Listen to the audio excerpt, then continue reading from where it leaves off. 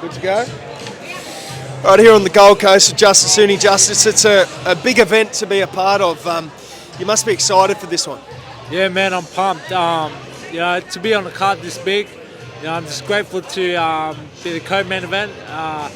So it's big for me in my career, but at the same time, like, what a main event, and to have it here on the Gold Coast, just grateful to be a part of it. Now, you mentioned the main event. We'll get to your fight in a second, but thoughts on Jai's fight? It's a late change of opponents. How tricky is it as a fighter to sort of change opponents late notice? What sort of challenges does Jai face there? Look, I can't speak too much on how they've adjusted to that situation, but I guess if you've been doing the hard work and everything, like it'll all pay off. Like it doesn't matter who's getting in the ring with you. Like if you've done the hard work, you'll get the job done. So. What have you made of, I guess, the evolution of Jai Opetaia as a fighter? And he looks so comfortable around the media now as well. What have you made of Jai's sort of rise in the sport? Yeah, I think it's been awesome, man. I've been watching him since, the day he turned professional. So, for him to be sitting up there at the top of the world right now is just awesome to see. And he's bringing the big fights back into Australia. So, we just got to be thankful and grateful for, all the hard work he's put into, make shows like this happen for all of us. Now, Jai's obviously extremely focused on David, but a lot of talk about a potential fight with Usyk down the track. There's Zurdo Ramirez as well. What are your thoughts about how Jai matches up with those sort of guys?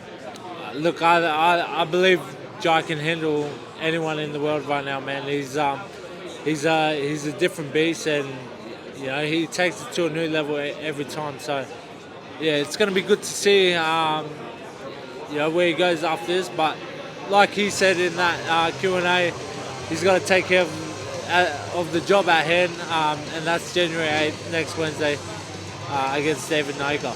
Now, back on yourself, been active, fight just before Christmas. What has been active do for you? You like fighting often? It just keeps me busy, man. Keeps me occupied. Like having these long layoffs in between. You start to ask yourself, well, why am I doing this? Like, gotta stay busy, man. I feel like it's the best thing for me. It just keeps me focused. You mentioned a change in your training team as well. Can you sort of explain the reasons behind that and what you think this change will do for you moving forward? It's what I felt was what I needed in my career. I got no bad blood or anything. I felt like I needed a refreshment and needed a fresh start. So, yeah. Had those fights overseas in Riyadh. What was that experience like? What did you learn? What did you gain from those fights? Yeah, those fights were massive, man. I had a fight over in Mexico in Cancun, and then had another one over in Riyadh on a massive card on the Anthony Joshua undercard. So, it's just all experience for me. And when it comes to fighting on the big stage, and when my time comes to fight for those big titles, I'll be ready, man. Like, even fighting on this card, it's getting me prepared for those big moments. So I want to ask you one last one. We saw a DAZN buyout Foxtel, buyout News Corp share in Foxtel. Sort of opens the landscape up here in Australia. How excited are you to sort of get in amongst that and be one of the big names here in the sport?